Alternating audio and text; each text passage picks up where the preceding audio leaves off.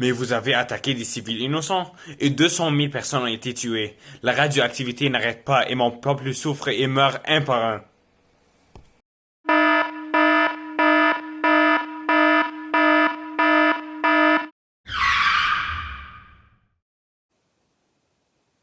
Bonjour à tout le monde.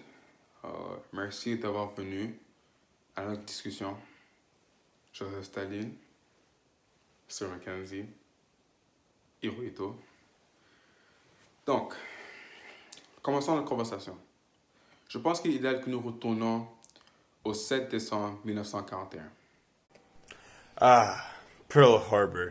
Nous avons fait une attaque surprise menée par les forces aéronavales contre cette base navale américaine située sur l'île d'Oahu en Hawaï pour effrayer les États-Unis à rester neutres. Et voilà la raison pour laquelle nous avons bombardé votre territoire, M. Hirohito. Vous nous avez trompés en nous envoyant 2 médailles de paix mutuelles ainsi que votre déclaration de paix dans l'océan Pacifique. Si on n'a pas attaqué Hiroshima et Nagasaki, le jour de l'attaque de Pearl Harbor avait dû vivre dans l'infamie. La paix dans le Pacifique est créée par nos bombes.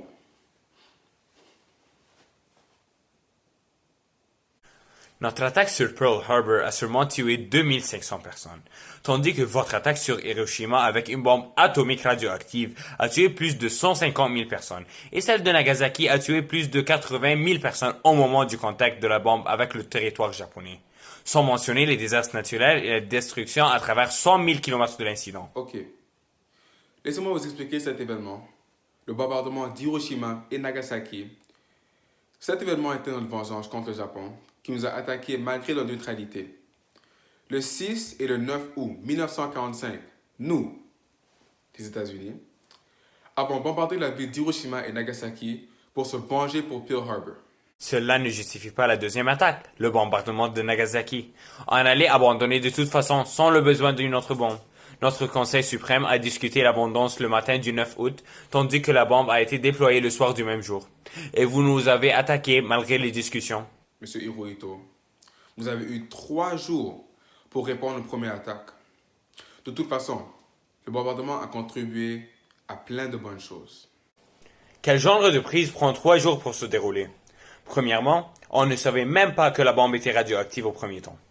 Deuxièmement, le rapport préliminaire préparé par l'équipe de l'armée qui a enquêté sur la bombe d'Hiroshima n'est arrivé à Tokyo qu'après la décision de se rendre avait été déjà prise. Euh, Ensuite, quelle bonne chose! La description de mon pays et le fait que nous avons été forcés à abandonner et perdre la guerre en signant la déclaration de Potsdam le 14 août 1945, puisqu'on n'avait aucune autre solution. C'était une capitulation inconditionnelle. Tout le monde, Monsieur Hirohito, sait que les armes nucléaires ont poussé le Japon à abandonner à la fin de la Seconde Guerre mondiale. Sauf qu'ils ne l'ont pas fait. Votre pays, le Japon, a abandonné parce que l'Union soviétique est entrée en guerre. Les dirigeants japonais ont déclaré que la bombe les avait forcés à se rendre parce qu'ils étaient moins gênants de dire qu'ils avaient été vaincus par une arme miraculeuse. Le bombardement était l'événement qui a mis fin à la Seconde Guerre mondiale. Nous, les États-Unis, avons sauvé des vies. Le Japon était le seul pays de l'Axe qui était encore impliqué dans cette guerre. Grâce à notre bombardement, vous avez enfin abandonné la guerre, M. Hirohito. De plus, attaquer le Japon de notre façon a contribué à beaucoup moins de morts. Imagine si on devait invader votre pays. Tous les morts qu'il y aurait eu. Je sais que c'est difficile à croire, mais cette attaque était en fait nécessaire. Mais vous savez que le Japon n'avait pas d'alliés. Notre marine a été presque détruite. Nos îles étaient soumises à un blocus naval. Et ces villes subissent des attaques aériennes concentrées. Tandis que vous avez plusieurs alliés et pays qui vous ont aidé. En effet, avec l'aide du Canada, nous avons pu construire les bombes Fat Man et Little Boy. Fat Man était la deuxième bombe de type plutonium à implosion. Le premier était le Gadget, qui a explosé sur le site de Trinité le 16 juillet 1945. Dans ce type d'implosion, un noyau de plutonium sous-critique est entouré de plusieurs milliers de poids d'explosifs sous haute pression, de telle manière que l'effet explosif est dirigé vers l'intérieur, écrasant le noyau du plutonium dans un état supercritique. Président Truman a fait tout à fait raison, les hommes. Le Canada a en effet été impliqué dans le bombardement d'Hiroshima et de Nagasaki parce que l'uranium utilisé provient de la raffinerie Eldorado de Port Hope, Ontario. l'une des seules mines résistantes qui n'était pas sous le contrôle nazi. Le Canada a également fourni un environnement de travail sûr, loin des champs de bataille, pour les scientifiques britanniques qui ont travaillé sur le projet Manhattan. Nos scientifiques, canadiens bien sûr, ont aussi joué un grand rôle crucial dans le projet depuis ses débuts. C'est nous aussi, le Canada, qui avons découvert l'uranium-235. C'est nous, c'est le Canada, qui ont pu aider à créer la première réaction de chaîne à l'aide d'uranium-235. Et aussi, c'est nous, le Canada, qui avons découvert comment purifier l'uranium-235.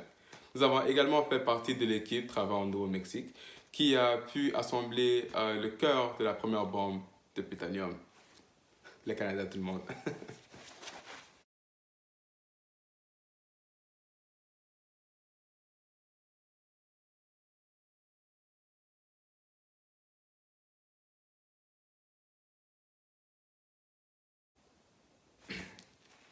Ok. Bon, donc laisse-moi donc vous fournir quelques renseignements sur la bombe, si vous me permettez. Laisse-moi. Son poids était de 10 800 livres, avec une longueur de 10 pieds et 8 pouces, et un diamètre de 60 pouces. La bombe contenait aussi un carburant appelé plutonium, hautement enrichi de 239, entouré de 5300 livres explosifs puissantes et 21 000 tonnes de TNT. Merci tout le monde. La bombe atomique Little Boy était une bombe canonique à l'uranium qui venait bien sûr des mines canadiennes. Et puis ça a explosé avec environ 30 kilotonnes de force. L'explosion a anéanti, je dirais, 90% de la ville. Et puis a immédiatement tué 80 000 personnes. Des dizaines de milliers d'autres mouraient plus tard à cause de la radiation, tristement. Puis 3 jours plus tard, un deuxième B-29 a largué une autre bombe A sur Nagasaki. Et celle-ci a tué environ 40 000 personnes. C'est triste, mais bon, qu'est-ce qu'on y peut? Cherchez-vous à connaître les compositions de la bombe? On dirait que le Canada s'est seulement impliqué dans la guerre durant la construction des bombes atomiques. Ceci est loin de la vérité, M. Hirohito. Le Canada a contribué dans l'American D-Day pour défendre et reprendre Juno Beach à la France, avec des bombardements et des attaques par The Queen's Owls Rifles of Canada le 6 juin 1944. Et d'autres batailles majeures, bien sûr.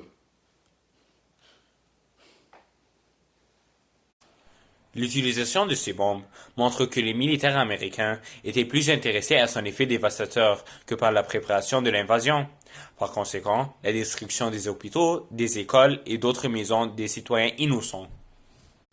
Presque tout le monde à moins d'1 kilomètre de l'hypocentre a été tué instantanément.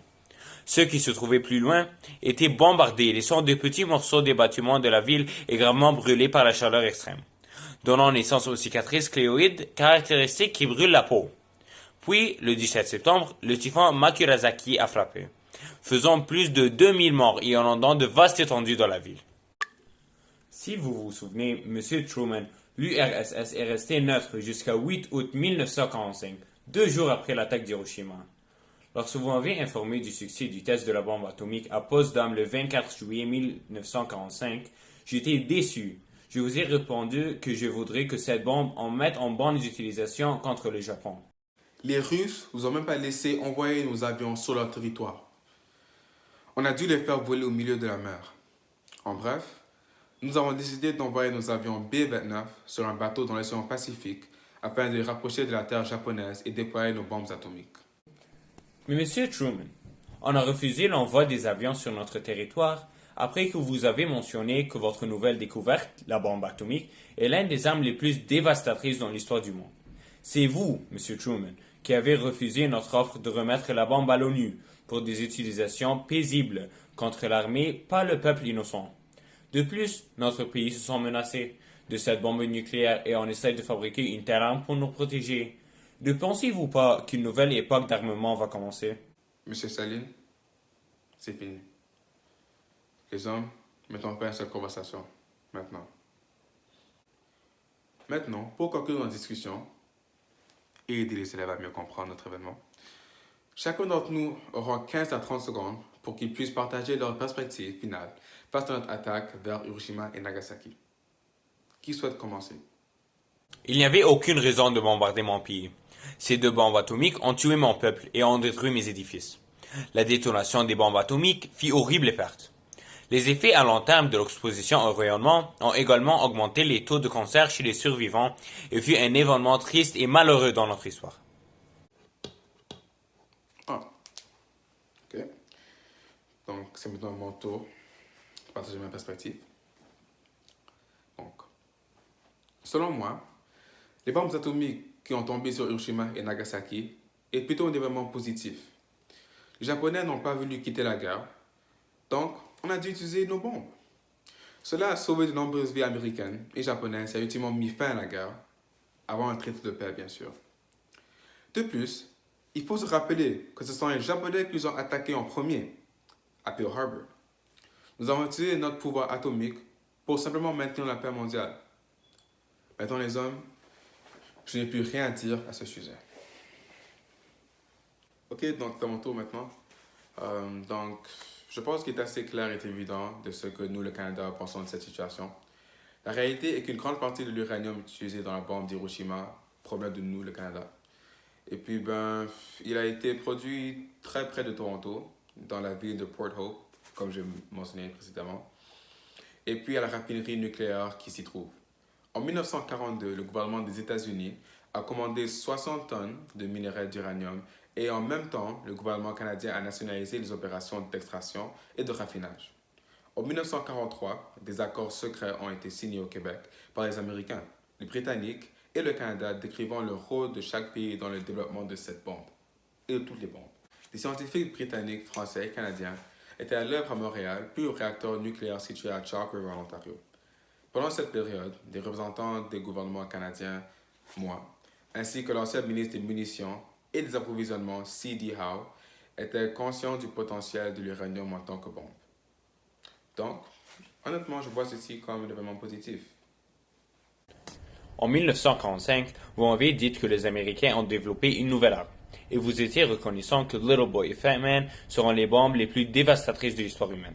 Je n'étais pas ouvert à l'idée de ces bombes atomiques dès le départ. J'ai demandé à M. Truman de rendre les bombes atomiques à l'ONU, mais il a refusé. Je n'ai pas voulu que ces avions décollent sur les terres russes.